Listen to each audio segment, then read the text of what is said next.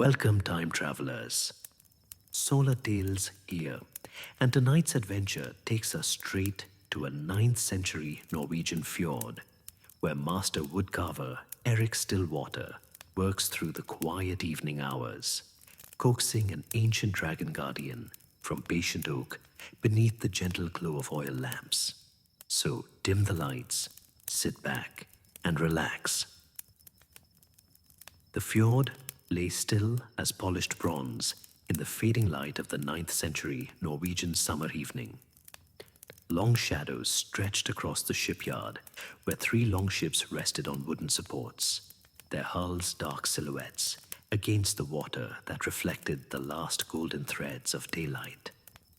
The sounds of the day, hammering, sawing, the voices of shipwrights calling to one another, had gradually faded as the sun touched the peaks of the western mountains.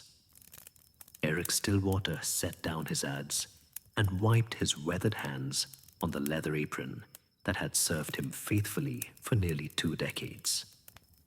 At 45, his beard showed threads of silver, and his hands bore the small scars that marked a lifetime of working with sharp tools and unforgiving wood. But his eyes, the pale blue of winter ice, remained as steady and focused as they had been when he first picked up a carving knife as a boy. The other craftsmen had departed for their evening meals and the warmth of their hearth fires, but Erik felt no hurry to join them. This was his favorite time, when the world grew quiet and he could work alone with just the whisper of his tools and the gentle lapping of waves against the moored vessels. The salt-tinged air carried the familiar sense of his trade. Fresh wood shavings, the tar used to seal the ship's planks, and the sweet smokiness of the oil lamps that would soon be his only companions in the gathering darkness. He walked slowly around the newest longship, running his palm along her smooth flanks. She was nearly complete, 65 feet of carefully joined oak planks, 16 oars to a side, with a shallow draft that would allow her to navigate both the deepest fjords and the shallowest rivers. Her mast stepped true, her rigging tested and ready. But she lacked the most important element of any proper Viking vessel, the carved dragon head that would serve as her guardian spirit and guide her safely through whatever waters awaited. Erik had been saving this particular piece of work for these quiet evening hours. The prow piece waited in his workshop, a section of oak he had selected 3 summers ago from a tree that had grown for perhaps a century on the windward side of the valley. The wood had seasoned slowly in his careful storage, protected from rain, but allowed to breathe, turned regularly so it would dry evenly and without cracking. As the last of the daylight faded to a deep purple, Erik lit the first of his oil lamps. The flame caught steadily, casting a warm golden circle of light that danced and flickered with each breath of evening air. He had learned long ago to work with such light, to understand how it revealed the grain of wood differently than the harsh brightness of noon sun. Evening light was kinder to both eyes and hands, forgiving of small mistakes while highlighting the true character of the material. The shipyard settled into its nighttime rhythm.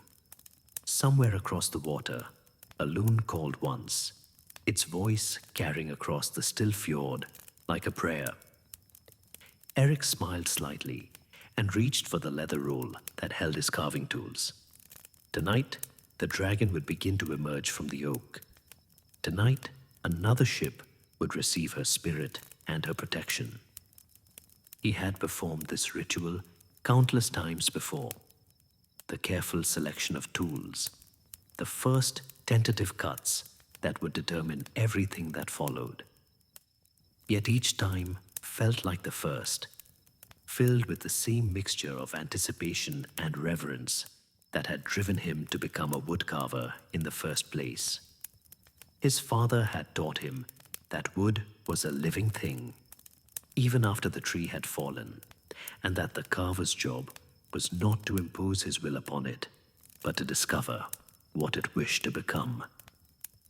The oak piece lay before him on his workbench, its surface smooth from careful planing, but still showing the subtle undulations that spoke of the tree's growth.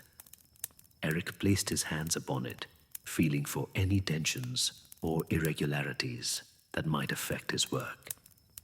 The wood felt solid and cooperative, ready to reveal its secrets to patient hands and sharp tools. As he prepared to begin, a light breeze stirred across the fjord, carrying with it the distant scent of pine forests and summer flowers. The oil lamp flame steadied, and Erik Stillwater took the first step in a dance he had performed hundreds of times before. The ancient collaboration between craftsman and material that would transform a simple piece of oak into something far greater than the sum of its parts. Chapter 1. The Wood Story. Erik lifted the oak piece and held it close to the lamp, studying the grain patterns that swirled and flowed like frozen water across its surface. Each line told part of the tree's story, the years of abundant rain that had produced wide, pale rings, the drought summers that left narrow, dark marks, the places where branches had grown and been absorbed back into the trunk's expanding girth. This particular oak had grown on the northern slope of Erik's fjord, where his grandfather had first pointed out promising trees to the young Erik 30 years ago. "Look for the ones that face the wind," the old man had said, his gnarled hands gesturing toward the hillside. "They grow slower, but their wood is denser, stronger. The wind teaches them to bend without breaking, and that wisdom stays in the wood long after the tree falls." The selection process for ship timber was not undertaken lightly among Erik's people. Trees were marked years before they would be needed, watched through seasons and storms to ensure they possessed the qualities necessary for their intended purpose. Oak for the keel and major structural members, pine for planking, birch for internal bracing. Each species had its role, its particular strengths and characteristics that generations of shipbuilders had learned to understand and respect. Erik ran his thumb along the oak's surface, feeling the subtle texture that remained even after careful smoothing. The wood had been cut during the dark months of winter, when the sap rested deep in the roots and the cells held less moisture. This timing was crucial. Summer-cut wood was prone to warping and splitting as it dried, while winter-cut timber seasoned more predictably and held its shape better over the years. After cutting, the log had been roughly shaped and then stored in Erik's carefully constructed drying shed. The building faced north to avoid the direct heat of summer sun, with gaps between the boards that allowed air to circulate freely while keeping rain and snow at bay. For 3 years, Erik had turned the piece regularly, checking for cracks or signs of rot, occasionally applying a thin coat of pine tar to the end grain to slow the drying process and prevent splitting. The patience required for proper wood preparation was perhaps the most difficult skill for young carvers to master. Erik remembered his own youth, eager to begin carving the moment a tree was felled, frustrated by his father's insistence on proper seasoning time. "Green wood is like a young warrior," his father had explained, "full of energy but unpredictable. Seasoned wood is like an experienced fighter. You know what it will do." Now, holding the aged oak in his weathered hands, Erik could feel the stability that only time could provide. The wood had found its equilibrium with the surrounding air, its internal stresses relieved through slow and careful drying. When carved, it would hold its shape, the cuts remaining true for decades of service on northern seas. The grain pattern in this particular piece was especially fine, straight, and even through most of its length, with just enough character to make the carving interesting. Near what would become the dragon's jaw, a subtle swirl suggested the creature's fierce expression, while the straighter grain along the neck would provide strength where the prow would face the stress of waves and weather. Erik set the wood back on his bench and selected his first tool, a broad gouge with a shallow curve, its steel blade honed to a sharpness that could shave thin curls from his thumb. The handle was made of ash, worn smooth by decades of use, shaped to fit perfectly in his palm. This particular gouge had belonged to his father and his father's father before that, its blade reforged and resharpened countless times, but retaining the perfect balance that marked a truly superior tool. He positioned the yoke piece securely in the wooden vise that was bolted to his workbench, adjusting the angle until the piece sat exactly as he wanted it. The dragon head would emerge facing slightly upward, its fierce eyes scanning the horizon for danger or opportunity. The traditional pose spoke of vigilance and courage, qualities every Viking ship required in abundance. Taking a slow, steady breath, Erik placed the gouge against the oak's surface and began the first cut. The blade bit cleanly into the wood, sending up a perfect spiral of pale shaving that caught the lamplight like spun gold.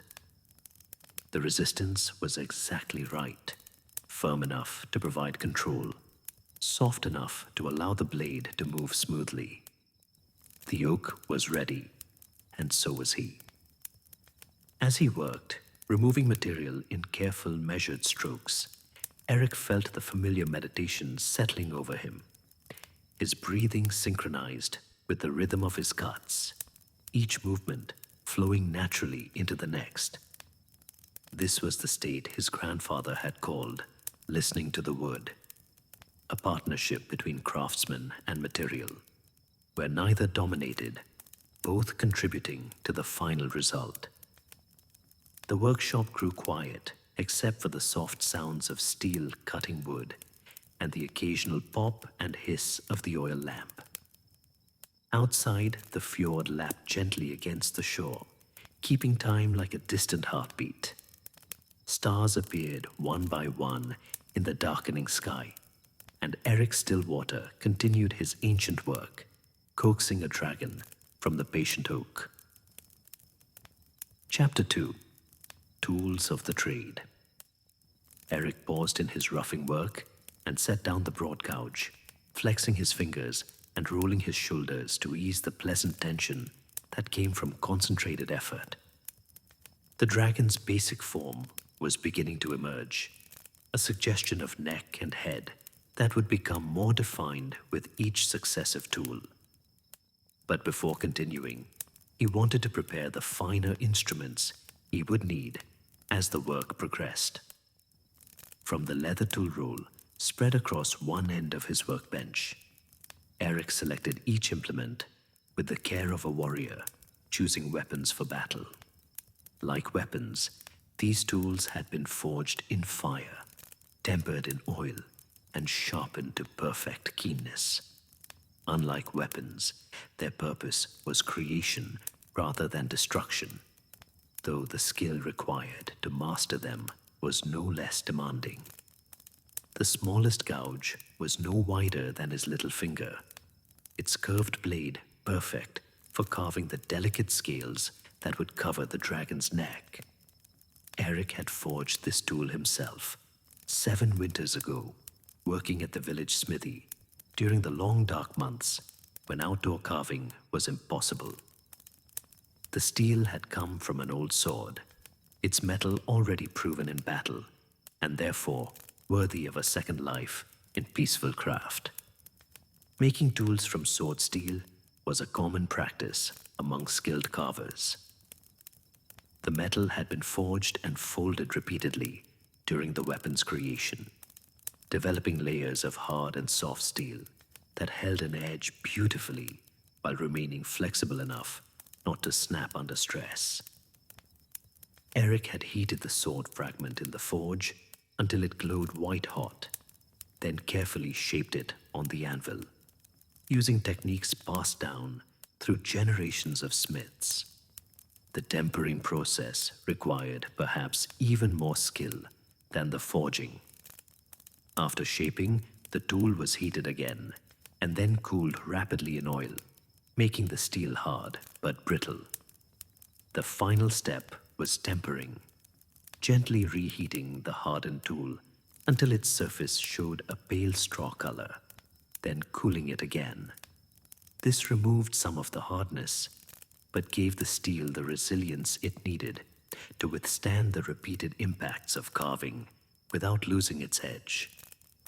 Next to the small gouge lay a set of chisels, their blades ranging from a thumb's width down to lines no thicker than a straw. Each had been forged and shaped for specific tasks, the wide ones for removing material quickly and establishing major planes, the narrow ones for detail work and finishing cuts. The handles were all made from the same piece of birch, cut from a tree that had grown beside Erik's childhood home. The wood was pale and close-grained, hard enough to withstand the constant striking of mallet and palm, but with just enough give to absorb shock and prevent the jarring that could lead to mistakes. Erik lifted each chisel in turn, testing its sharpness against a small piece of pine scrap. The blades sliced through the soft wood like water, leaving surfaces so smooth they seemed almost polished. Maintaining such sharpness required daily attention. A few strokes on the whetstone, a touch of oil to prevent rust, careful storage to protect the delicate edges. The whetstones themselves were treasures, traded from distant lands where the proper types of rock could be found.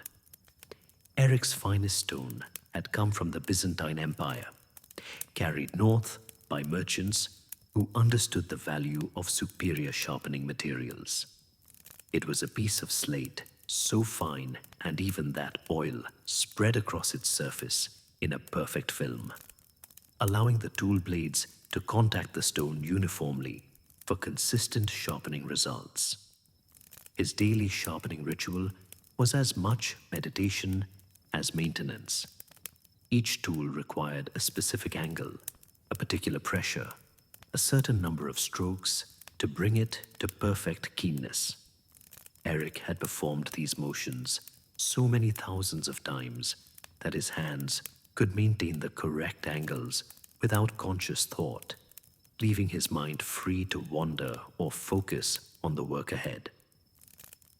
The largest tool in his collection was a mallet carved from a single piece of lignum vitae, a wood so dense and hard it was nearly like stone. The mallet head was perfectly balanced, its weight distributed so that each blow fell exactly where intended. The handle was long enough to provide leverage, but not so long as to make the tool unwieldy in the confined space of detailed carving work. Traditional Norse woodworkers preferred mallets to metal hammers for most carving tasks.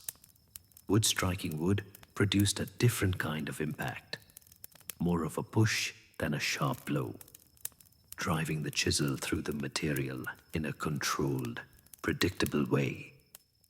Metal hammers could work for roughing, but fine detail required the subtle touch that only a wooden mallet could provide. Erik's knife collection occupied a special compartment in his tool roll. These ranged from heavy-bladed instruments suitable for rough shaping to delicate blades no longer than his thumb, used for the finest detail work.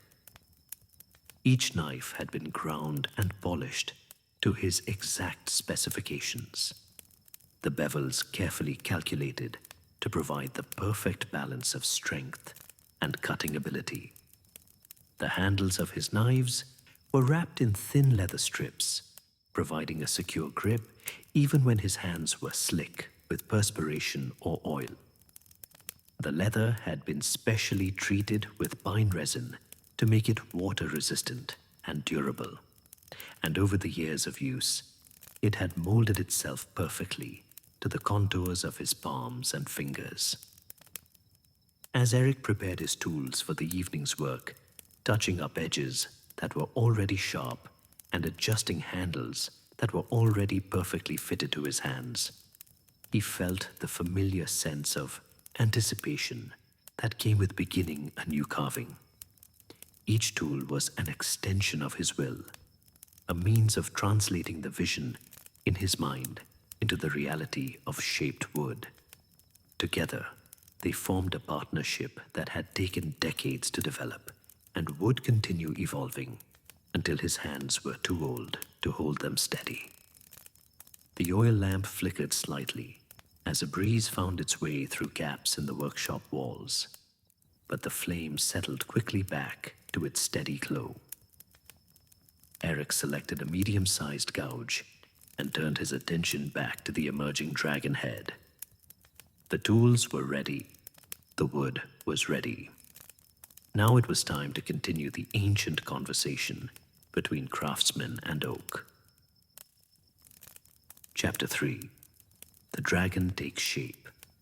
With his tools prepared and sharpened to perfection, Erik returned his attention to the oak. The basic outline he had established with the broad gouge suggested the dragon's form, but now came the more delicate work of defining its character. Each cut would bring the creature closer to life, and each decision would influence all the cuts that followed. He selected a gouge of medium width, its curve gentle enough for smooth surfaces, but pronounced enough to remove material efficiently. The dragon's head would be carved in the traditional style, fierce but noble, protective rather than merely menacing. This was no monster, but a guardian spirit, charged with watching over the ship and crew through whatever perils awaited them on northern seas. The classical dragon head prow served multiple purposes in Viking culture. Most obviously, it was intended to frighten enemies and evil spirits alike. A ship approaching with a snarling dragon at her bow announced the martial prowess of her crew and suggested that they were under supernatural protection. But the dragon head also served as the ship's spiritual guardian, a focal point for the vessel's own spirit and consciousness. Erik had studied the great ships discovered in burial mounds, vessels like the magnificent craft found at Oseberg, with their intricate carvings that seemed to flow like living serpents along the wood's surface. Those ancient masters had developed a style that combined aggressive power with elegant artistry, creating creatures that were simultaneously beautiful and terrifying. As he worked, removing small chips of oak with each precise cut, Erik found himself thinking about the symbolic elements that would define his dragon. The creature's eyes would be large and alert, scanning the horizon for signs of danger or opportunity. Its nostrils would be flared, as if scenting the wind for information about weather and water conditions. The mouth would be partially open, revealing teeth that spoke of the ship's readiness to defend itself if necessary. The carving process required a particular kind of patience. Unlike the quick, decisive cuts of rough shaping, detailed work demanded a more contemplative approach. Each gouge stroke removed only a small amount of material, and mistakes could not easily be corrected. The wood had to be approached with respect, almost reverence, allowing its grain and character to guide the carving as much as the craftsman's vision. Erik's breathing settled into a rhythm that matched his work. A slow inhalation before each cut, a controlled exhale as the gouge moved through the wood. This breathing pattern helped maintain the steady concentration necessary for precision work, while preventing the fatigue that could lead to errors. His grandfather had taught him this technique, passed down through generations of woodworkers who understood that carving was as much a mental discipline as a physical skill. The oak responded beautifully to careful handling. Each cut revealed new patterns in the grain, subtle variations in color and texture that would add character to the finished carving. Near what would become the dragon's jaw, a darker streak in the wood suggested natural shadowing, while the pale sapwood near the creature's forehead would catch and reflect light in interesting ways. As the evening deepened, Erik lit a second oil lamp and positioned it to eliminate shadows from his work area. The additional light revealed details that had been hidden before. Tiny variations in the wood's surface that would affect how his tools behaved. Grain patterns that suggested particular approaches to the carving. Working by lamplight required constant adjustment, positioning the flames to reveal the work clearly without creating confusing shadows. The dragon's neck began to take on its characteristic S-curve, the graceful line that would give the finished carving its sense of movement and life. This curve was crucial to the overall success of the piece. Too straight, and the dragon would appear stiff and lifeless, too pronounced, and it would lose the dignity appropriate to a ship's guardian. Erik had carved enough dragon heads to judge the curve by feel as much as sight, his hands automatically adjusting the angle of each cut to maintain the proper flow. Traditional Norse carving styles varied considerably from region to region, each area developing its own conventions and decorative elements. The Oseberg style, named for the ship burial where it was first identified, featured flowing, organic curves that seemed to grow naturally from the wood. The later Bora style incorporated more geometric elements, with intricate knotwork patterns that required mathematical precision to execute properly. Erik's own work drew from both traditions, combining organic naturalism with carefully planned decorative schemes. The sound of his tools cutting through the oak created a gentle rhythm that seemed to harmonize with the night sounds around him. The soft whisper of steel through wood, the barely audible tap of chips falling to the workshop floor, the occasional creak of his workbench as he shifted position. These familiar sounds created a meditative environment that helped him maintain focus through long hours of detailed work. As midnight approached, the basic form of the dragon head was clearly established. The creature's skull was properly proportioned, its neck curved in a graceful line that would complement the ship's own elegant proportions. The major planes had been established, creating the foundation upon which all the detailed work would be built. But the dragon was still sleeping, waiting for the finer cuts that would open its eyes and bring it to full awareness of its role as guardian and guide.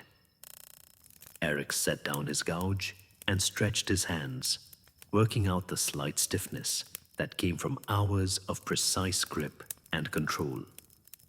Outside, the fjord lay still under a canopy of stars, their light reflected in the dark water like scattered silver coins.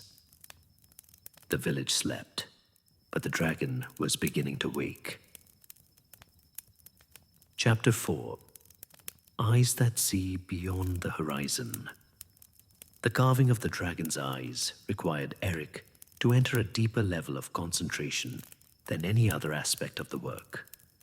Eyes were the windows to any creature's soul, and a dragon's eyes must convey both fierce protective power and the wisdom necessary to guide a ship safely through unknown waters. They would be the focal point of the entire carving, the feature that would give the guardian its personality and presence. Erik set aside the gouges he had been using and selected his finest chisels, tools so sharp and delicate they could bore shavings thin as parchment from the oak's surface.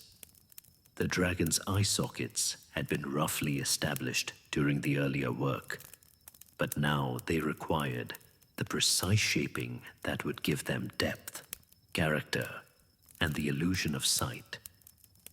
In traditional Norse belief, ships were living entities with their own spirits and consciousness. The dragon head served as both protector and sensory organ, its eyes scanning the horizon for signs of weather, enemies, or favorable winds. The carving had to suggest this supernatural awareness while maintaining the artistic balance necessary for a truly beautiful piece of work. Erik began with the left eye, using a small gouge to deepen the socket gradually. The cut had to follow the natural grain of the wood, while creating the curved surface that would suggest the eye's roundness. Too deep, and the eye would appear sunken and dead. Too shallow, and it would lack the dramatic presence necessary for an effective dragon head. The balance point lay in that narrow range between extremes where artistry and technique converged. The oak responded to his careful cuts with consistent, predictable behavior. Each shaving curled away cleanly, leaving a surface smooth enough that it seemed to glow in the lamplight. The grain pattern in this section of the wood was particularly favorable, running in long, straight lines that allowed the chisel to move without catching or tearing the surface. As he worked, Erik found himself remembering the lessons his father had given him about carving eyes. The dragon must see everything but reveal nothing, the old man had said. Its gaze should be alert, but not anxious, fierce, but not angry. Think of a wise warrior watching the horizon, ready for anything but not afraid of what might come. The traditional shape for a dragon's eye was almond-like, long and slightly pointed at both ends. This form suggested both the reptilian nature of the creature and the penetrating gaze necessary for a ship's guardian. The upper lid would be slightly heavier than the lower, creating the impression of a brooding, thoughtful expression that spoke of ancient wisdom and patient vigilance. Erik's breathing slowed even further as he moved to the delicate work around the eye's edges. Each cut here was critical. A single slip could ruin hours of careful preparation. The wood seemed to cooperate with his intentions, the grain flowing naturally around the curves he was creating. The pale oak darkened slightly, where his tools compressed the fibers, adding subtle shadows that enhanced the eye's three-dimensional appearance. The pupil would be carved as a shallow depression, just deep enough to catch shadows and suggest the infinite depth of true sight. Around it, the iris would be indicated by carefully controlled cuts that radiated outward in a pattern reminiscent of actual eye structure. These details were so fine that they could barely be seen in ordinary light, but they would catch and reflect illumination in ways that brought the eye to life. Working on the second eye required even greater care, as it had to match the first in size, shape, and expression, while accommodating the slight variations in grain pattern that made each section of wood unique. Erik used calipers to check dimensions constantly, ensuring that the dragon's gaze would be properly balanced and symmetrical. A dragon with mismatched eyes would appear cross-eyed or confused rather than wise and vigilant. The areas immediately around the eyes required special attention as well. The brow ridge would be carved to suggest both the dragon's reptilian heritage and its supernatural intelligence. Too prominent, and the creature would appear brutish. Too subtle, and it would lack the presence necessary for an effective guardian. The balance between these extremes required not only technical skill, but artistic judgment developed through years of experience. As Erik worked on the fine details around the eyes, he became aware of the profound quiet that had settled over the fjord. The village slept deeply, and even the night birds had ceased their calling. The only sounds were the whisper of his tools through wood and the gentle breathing that helped him maintain perfect control. This was the time when the finest work was done, when the world was still, and the craftsman's full attention could be focused on the subtle dialogue between tool and material. The oil flames flickered slightly, casting moving shadows across the dragon's emerging features. In this shifting light, the creature's eyes seemed almost alive, following the movement of the flames with the appearance of genuine awareness. Erik smiled slightly at the illusion. It suggested that his carving was achieving the spiritual presence that every dragon head required. The traditional placement of a dragon's eyes was calculated to give the ship's crew confidence in their vessel's protective abilities. The eyes looked forward and slightly upward, scanning the horizon for dangers or opportunities that human sight might miss. They were positioned to catch the first light of dawn and the last rays of sunset, symbolic of the dragon's constant vigilance over the ship and crew. By the time Erik finished the basic shaping of both eyes, the stars had reached their highest point in the summer sky. The dragon's gaze was now established, alert, wise, and infinitely patient. But the eyes were not yet complete. They needed the finest details that would transform them from mere carved depressions into windows of supernatural awareness, ready to guide their ship through whatever waters awaited beyond the horizon. Chapter 5. Interlaced Patterns and Sacred Geometry. With the dragon's eyes established, Erik turned his attention to the decorative elements that would transform the neck from a simple carved surface into a masterpiece of traditional Norse artistry.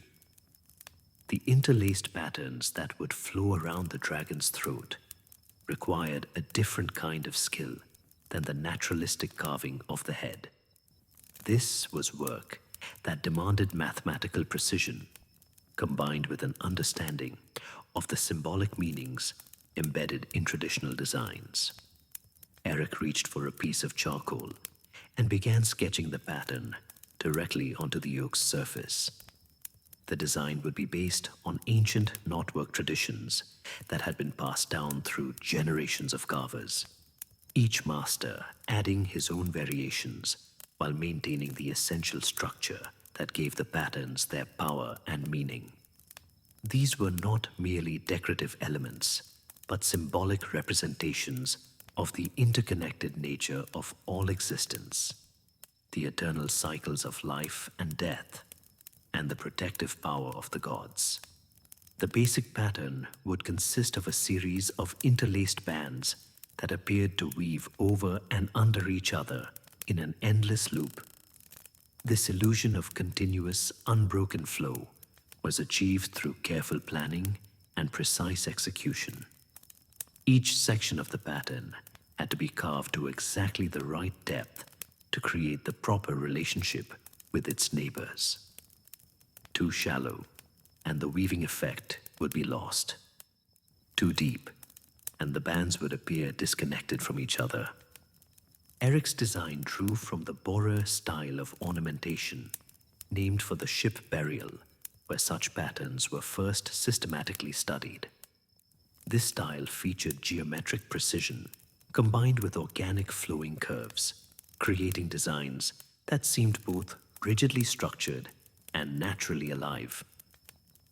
The mathematical basis of the patterns reflected the Norse understanding of cosmic order, while their flowing execution suggested the dynamic forces of nature.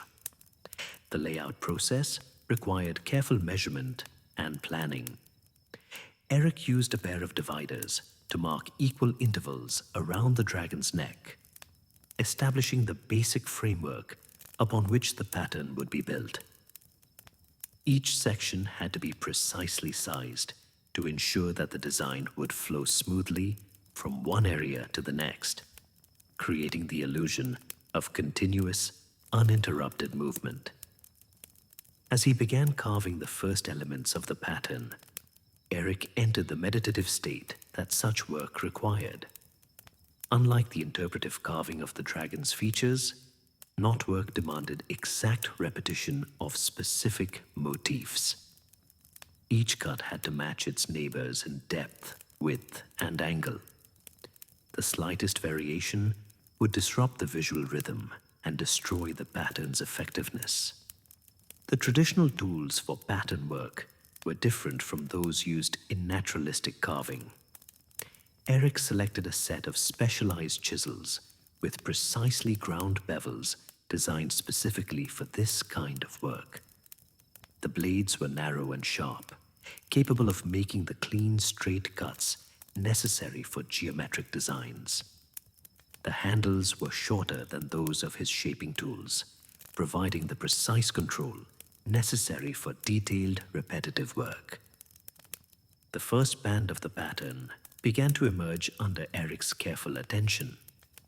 The oak's grain was particularly favorable for this kind of carving, running in long, straight lines that allowed the chisel to move smoothly without catching or tearing. Each cut revealed the pale inner wood, creating a subtle contrast with the slightly darker surface that would enhance the pattern's visibility. Traditional Norse knotwork patterns carried deep symbolic meanings that extended far beyond mere decoration. The interlaced bands represented the interconnectedness of all things, gods and mortals, earth and sky, present and future. The endless loops suggested the eternal nature of these connections, while the over and under weaving pattern symbolized the way different forces in the universe supported and sustained each other. As Erik worked his way around the dragon's neck, the pattern began to take on its characteristic rhythm. Each band flowed smoothly into the next, creating the illusion that the entire design had been carved from a single continuous line. This visual effect was one of the most challenging aspects of knotwork carving, achieving perfect continuity, despite the fact that the pattern was actually composed of many separate elements. The carving of each individual band required multiple passes with different tools. First, Erik used a narrow chisel to establish the band's edges, cutting straight down into the oak to the full depth of the pattern. Then he used a small gouge to remove the material between bands, creating the channels that would provide the shadow lines necessary for the pattern to read clearly. Finally, he used specialized scrapers to smooth and refine each surface, ensuring that the bands appeared to flow naturally over and under each other. The mathematical precision required for successful knotwork was one of the most demanding aspects of traditional Norse craftsmanship. Each element of the pattern had to be calculated not only for its own proportions, but for its relationship to every other element in the design. A single error in measurement or execution could throw off the entire composition, making the pattern appear awkward or unfinished. Erik's fingers moved with the confidence that came from decades of experience, but his mind remained constantly alert to the subtle variations in the wood that could affect his work. A slight change in grain direction might require a different angle of approach. A small knot or irregularity might suggest a minor modification to the pattern. The best knotwork carvers learned to adapt their designs to work with the natural characteristics of each piece of wood, rather than fighting against them. As the night deepened and the pattern continued to grow under his hands, Erik felt the familiar satisfaction that came from executing complex work with precision and grace. Each completed section of the knotwork brought the dragon closer to its final form, while the repetitive nature of the carving induced a trance-like state that seemed to slow time itself. This was the ancient rhythm of craftsmanship, the steady, patient accumulation of small perfections that eventually produced something far greater than the sum of its parts. The oil lamps flickered steadily, their light revealing the growing complexity of the interlaced design. In the shifting illumination, the carved bands seemed to move and flow, creating the optical illusion that had made such patterns so compelling to the Norse imagination. The dragon was becoming not just a guardian, but a work of art worthy of the ship it would protect. Chapter 6. The Wood Speaks. As Erik continued his work on the intricate knotwork, he became increasingly aware of the subtle communications that passed between his tools and the oak. This was what his grandfather had called listening to the wood, the ability to sense the material's responses and adjust his technique accordingly. Every piece of wood had its own personality, its own preferred ways of being cut and shaped, and the skilled carver learned to recognize and respect these individual characteristics. The oak's grain pattern told the story of the tree's growth in precise detail. Where the rings were wide and even, the wood cut smoothly and predictably under his chisels. Where they narrowed or wavered, he could feel the added resistance and knew to adjust his angle of approach. Small knots, invisible to the eye but detectable through the feel of his tools, required careful navigation to avoid tear-out or splitting. In the old traditions, trees were believed to possess spirits that remained within the wood even after felling. These spirits were not malevolent, but they demanded respect and proper treatment from those who worked with their physical remains. A carver who approached his work with arrogance or haste might find the wood fighting against him, splitting unexpectedly or refusing to take the desired shape. But one who worked with patience and reverence would find the wood cooperative, even helpful in achieving the intended result. Erik had experienced this cooperation countless times throughout his career. There were occasions when the wood seemed to guide his tools toward the best possible cuts, revealing grain patterns that enhanced his carving in ways he had not anticipated. Other times, an unexpected hardness or change in texture would suggest modifications to his original plan that ultimately improved the finished piece. Tonight, the oak was being particularly communicative. As he worked on a complex section of the knotwork, where multiple bands intersected, Erik could feel the wood's grain subtly influencing the depth and direction of his cuts. Instead of fighting against these influences, he allowed them to guide his work, trusting the material's inherent wisdom to improve his design.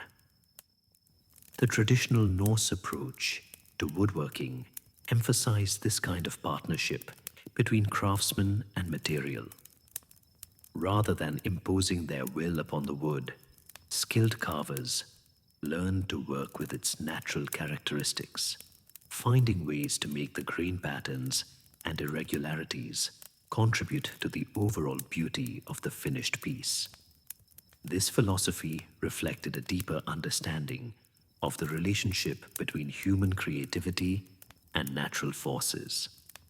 The sound of his tools cutting through the oak had developed its own distinctive rhythm. Each type of cut produced a slightly different tone. The whisper of a sharp chisel bearing end grain, the soft crunch of a gouge removing material across the grain, the delicate scraping sound of finishing work. Erik had learned to interpret these sounds as another form of communication from the wood, indicators of how his tools were performing and whether his technique was appropriate for the current task. The smell of fresh oak shavings filled the workshop with a clean, slightly sweet fragrance that spoke of the tree's long life in forest soil. Different species produced different scents when cut. The resinous sharpness of pine, the spicy warmth of cedar, the mild pleasantness of birch. Each odor carried its own associations and memories, connecting the carver to the living forest from which his materials had come. As Erik worked deeper into the night, he noticed subtle changes in the way the oak was responding to his tools. The wood seemed to be warming slightly from the friction of cutting, becoming marginally softer and more cooperative. This was another aspect of the dialogue between craftsman and material, the way prolonged work seemed to establish a relationship that made subsequent cuts easier and more precise. The temperature changes also affected the tools themselves. The steel expanded slightly as it warmed from use, altering the fit between blade and handle in ways that an experienced carver could feel and compensate for. The oil lamps added their own heat to the workshop, creating subtle air currents that could affect the behavior of very fine shavings as they curled away from his cuts. Erik paused occasionally to rest his hands and allow both tools and wood to return to their natural temperature. During these brief interludes, he would examine the emerging carving from different angles, checking the flow of the knotwork pattern and planning the next phase of his work. The dragon was speaking to him now through the accumulation of countless small details, suggesting refinements and adjustments that would enhance its final appearance. The wood's voice was subtle but persistent. A slight change in the way his chisel entered the oak might indicate a shift in grain direction that would affect subsequent cuts. The sound of a particular cut might suggest that his tool needed resharpening or that the angle of approach should be adjusted. These communications required years of experience to interpret correctly, but once mastered, they formed an invaluable source of guidance for the working craftsman. In the traditional teachings passed down through generations of Norse woodworkers, this ability to listen to the wood was considered as important as any technical skill. A carver might possess perfect tools and flawless technique, but without the sensitivity to respond to his material's subtle communications, his work would lack the organic harmony that marked truly masterful craftsmanship. Erik's grandfather had taught him to think of carving as a conversation rather than a conquest. The wood knows what it wants to become, the old man had said. Our job is to help it achieve that form, not to force our own ideas upon it. This philosophy had shaped Erik's approach to his craft throughout his career, leading him to develop a sensitivity to materials that allowed him to create carvings of exceptional beauty and character. As the night deepened and his work progressed, Erik felt the familiar sense of partnership that marked his best carving sessions. The oak was cooperating fully now, its grain flowing smoothly under his tools, its surface revealing new patterns and textures that enhanced the overall design. This was the state that every carver sought, the perfect balance between human intention and natural material, that produced work greater than either could achieve alone. Chapter 7. Night deepens, work continues. The oil lamp flames had settled into their steady rhythm, burning with the even light that came from good fuel and well-trimmed wicks. Erik had learned long ago to prepare his lamps carefully for extended work sessions. The quality of light could make the difference between precise, confident cuts and the kind of tentative, uncertain work that marked amateur carving. The warm golden glow revealed every detail of the emerging dragon head while casting soft shadows that enhanced the three-dimensional qualities of his work. Outside the workshop, the fjord lay silent under a canopy of stars that seemed close enough to touch. The summer night was cool but not cold, perfect for the kind of concentrated work that required steady hands and clear thinking. Occasionally, a gentle breeze would find its way through the gaps in the workshop walls, stirring the oil lamp flames briefly before they settled back to their steady burn. The village slept deeply in the way that only those who worked hard with their hands could sleep. Erik could imagine his neighbors in their beds. The blacksmith, whose massive arms would be sprawled across his furs. The farmer whose weathered hands would still curl slightly as if gripping the handles of plow or scythe. Each man carried the day's work in his body, and each would wake refreshed and ready for another day of honest labor. But for Erik, the night hours were often the most productive time for his craft. The distractions of daily life fell away in the darkness, leaving him free to focus entirely on the dialogue between his tools and the wood. There was something about the quality of lamplight that seemed to reveal details invisible in the harsh brightness of noon sun. Subtle variations in grain pattern, tiny imperfections that needed attention, the precise shadows that would bring his carving to life. The knotwork pattern was nearly complete now, flowing around the dragon's neck in an endless loop that seemed to pulse with its own internal rhythm. Each band wove over and under its neighbors in the complex pattern that symbolized the interconnectedness of all things.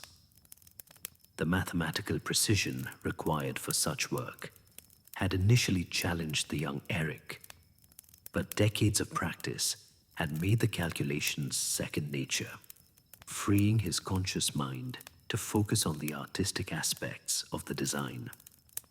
As he worked on the final sections of the pattern, Erik reflected on the long tradition of night carving that stretched back through generations of Norse craftsmen. Before him, his father had worked by lamplight on countless winter evenings, and before his father, his grandfather had maintained the same routine.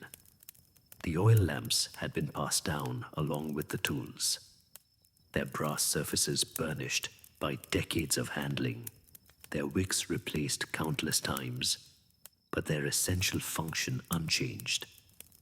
The rhythm of night work was different from day carving. Without the sun's movement across the sky to mark time's passage, the work seemed to exist in a timeless space where only the quality of the light and the progress of the carving indicated how many hours had passed.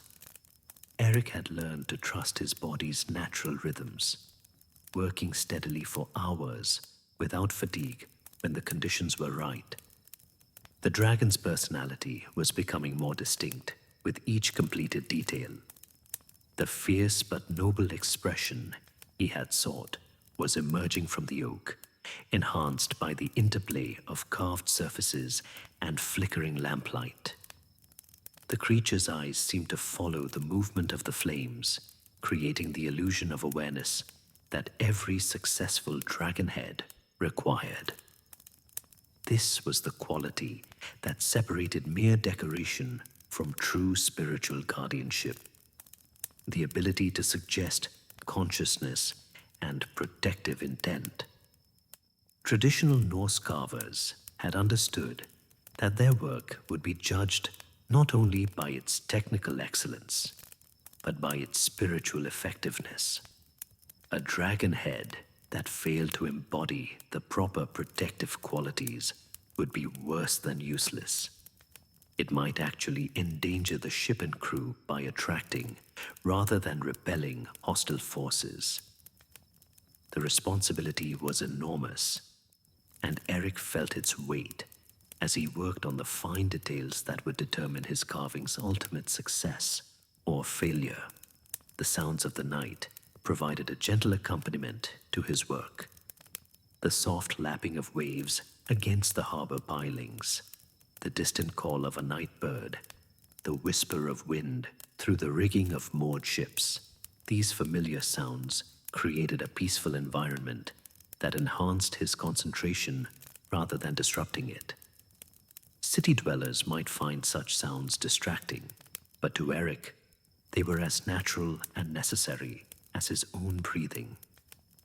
The oil in his lamps was burning cleanly, with none of the smoking or guttering that could indicate poor quality fuel or improperly trimmed wicks. Erik took pride in maintaining his equipment as carefully as his tools. A carver who allowed his light to fail at a crucial moment might find himself making irreversible mistakes in the darkness. The steady, even illumination was as important to his work as the sharpness of his chisels or the quality of his wood. As the stars reached their highest point in the summer sky, Erik paused to assess his progress. The dragon head was perhaps 2/3 complete, its major features fully established, and its decorative elements well advanced. The remaining work would be the finest and most delicate, the tiny details that would bring the carving to full life and establish its character as a protective guardian. These details could not be rushed. They required the perfect combination of technical skill, artistic vision, and spiritual understanding that marked the true master craftsman.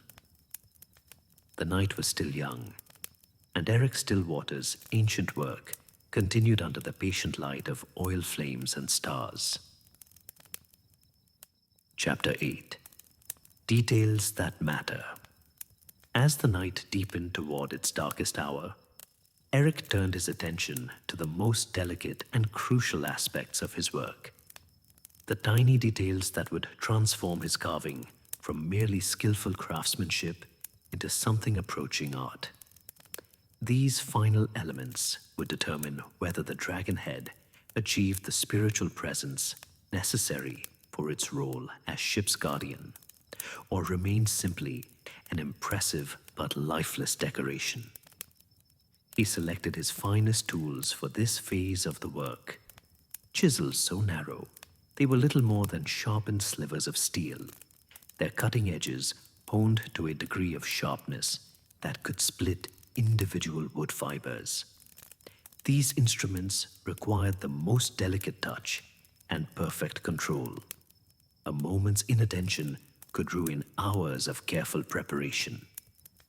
The dragon's nostrils came first, carved as subtle flares that suggested the creature's ability to scent danger on the wind. These had to be perfectly symmetrical, yet natural looking, suggesting both the dragon's reptilian nature and its supernatural awareness. Erik used a tiny gouge to hollow each nostril, working with cuts so fine they removed only a few wood fibers at a time. The oak responded beautifully to this gentle treatment, revealing inner layers of pale wood that would catch light in interesting ways. Traditional dragon heads were distinguished by the quality of their smallest details. A master carver's reputation often rested on his ability to execute elements so fine that they could barely be seen from more than arm's length, yet which contributed enormously to the overall character and presence of the piece. These details spoke to other craftsmen of the carver's skill and dedication, while enhancing the spiritual effectiveness of the guardian figure. Erik moved on to the dragon's teeth, each one individually carved and shaped to suggest both ferocity and nobility.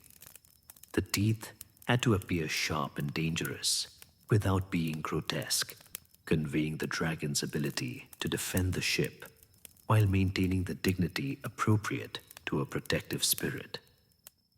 He used a chisel no wider than a pine needle to define each tooth's edge, working with infinite patience to achieve the precise curves that would catch and reflect light properly. The scales along the dragon's neck required perhaps the most tedious work of all.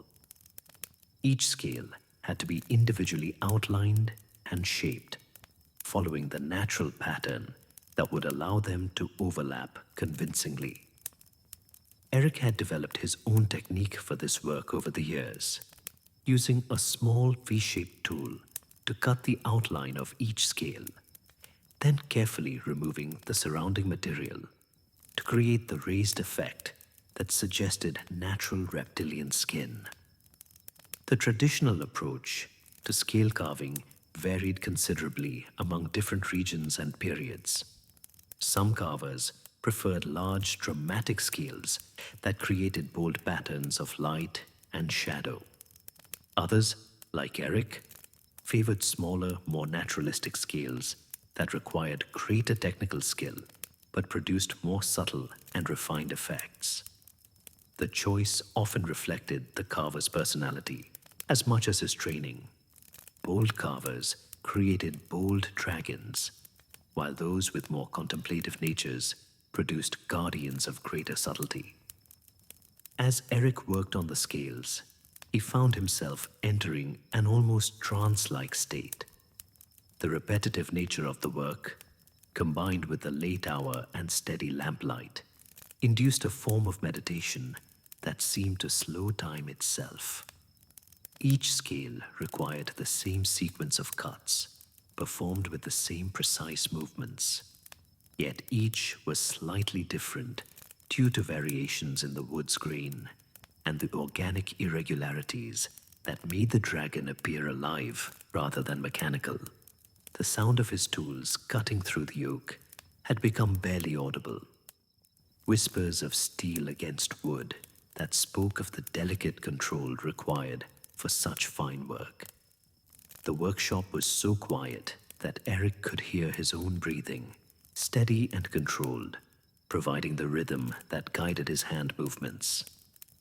This was the state that every master craftsman sought, perfect harmony between intention, tool, and material. The dragon's ears required special attention, as they would be among the most fragile elements of the finished carving, and therefore most susceptible to damage during the ship's service. Erik carved them as subtle suggestions rather than prominent features, indicating their presence through gentle curves and shadow lines that would enhance the creature's alert expression without creating weak points that might break off in rough weather. Traditional Norse dragons were often depicted with elaborate crests or horns, but Erik preferred a more streamlined approach that emphasized the creature's essential character rather than decorative excess. His dragons were guardians first and artistic statements second, designed to function effectively in the harsh environment of northern seas, where excessive ornamentation might prove more liability than asset. The texture work around the dragon's mouth and jaw required the finest control of all. Erik used tools so delicate they were almost like brushes, creating subtle surface variations that suggested the dragon's ancient wisdom and supernatural awareness. These details would be invisible to casual observers, but would contribute enormously to the overall presence and character of the guardian figure. As false dawn began to lighten the eastern sky, Erik stepped back to assess his night's work. The dragon head was nearly complete, its major forms fully established and its character clearly defined. Only the final polishing and detailed refinement remained, work that would be better done in natural daylight when he could see the subtle color variations and surface qualities that artificial light might obscure.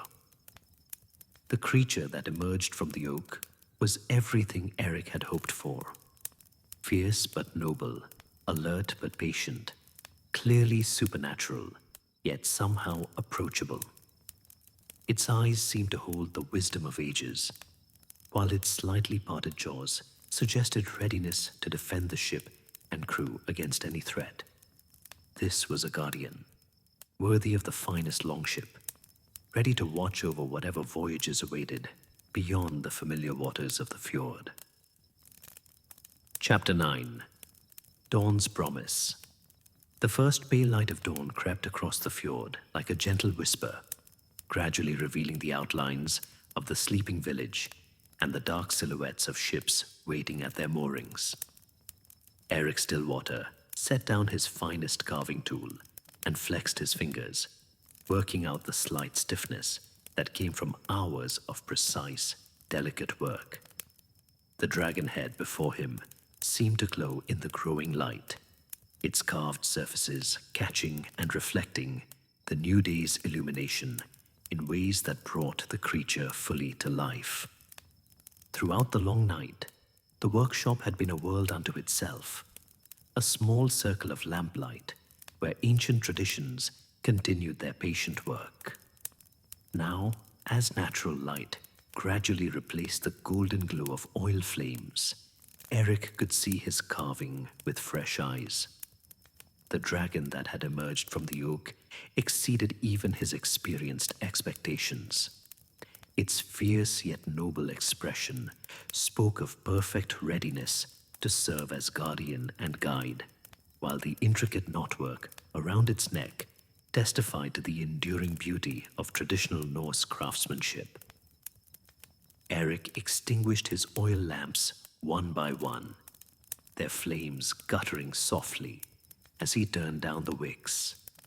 The lamps had served him faithfully through another night's work, their steady light enabling the kind of precise carving that would have been impossible under any other illumination. He cleaned each wick carefully and checked the oil levels, preparing the lamps for the next evening's work. There would always be another carving, another opportunity to practice the ancient dialogue between craftsmen and wood. The tools required their own careful attention before being put away. Erik wiped each blade clean of wood dust and applied a thin coat of oil to prevent rust. The finest chisels went back into their individual protective sheaths, while the larger tools were arranged in precise order in his tool roll. 30 years of practice had taught him that caring for tools was as important as using them. Neglected implements would fail at crucial moments, while properly maintained tools could serve for generations. The dragon head itself needed no further work for now. The major carving was complete, its character fully established, and its spiritual presence awakened. In a few days, when Erik's eyes were fresh and he could judge the work objectively, he might notice small refinements that would enhance the piece further. But the essential work was done. The oak had revealed its dragon, and the dragon was ready to assume its role as guardian. Erik swept the workshop floor, gathering the pale oak shavings that spoke of the night's productive work. These curls and chips represented the gradual transformation of raw wood into art, the patient removal of everything that was not dragon until only the essential form remained. The shavings would go to kindle fires in the village, their sweet smoke carrying the scent of craftsmanship into the morning air. As he worked, Erik reflected on the ancient continuity of his craft. Somewhere in the village, a young apprentice was probably waking to begin another day of learning the fundamentals of woodworking. That boy would spend years mastering the basic techniques before being trusted with important carving, just as Erik had done decades ago. And someday, if he persevered and developed the necessary sensitivity to materials, he might find himself working through the quiet night hours, coaxing dragons from sleeping oak. The dragon head would soon be mounted on the new longship's prow, where it would begin its true work as guardian and guide. It would face storms and calm seas with equal composure, its carved eyes scanning horizons that Erik might never see himself. The oak that had grown for a century on the windward slopes of Erik's fjord would travel to distant lands, carrying with it the spiritual protection that generations of Norse seafarers had trusted to see them safely home. Erik gathered his tools and prepared to leave the workshop, but he paused for one last look at the completed dragon head. In the growing daylight, the creature seemed almost alive, its features shifting subtly as the angle of illumination changed. The eyes that had emerged from darkness now reflected the promise of day, while the intricately carved knotwork seemed to flow like water around the dragon's noble neck. The village was beginning to stir as Erik walked home through the quiet streets.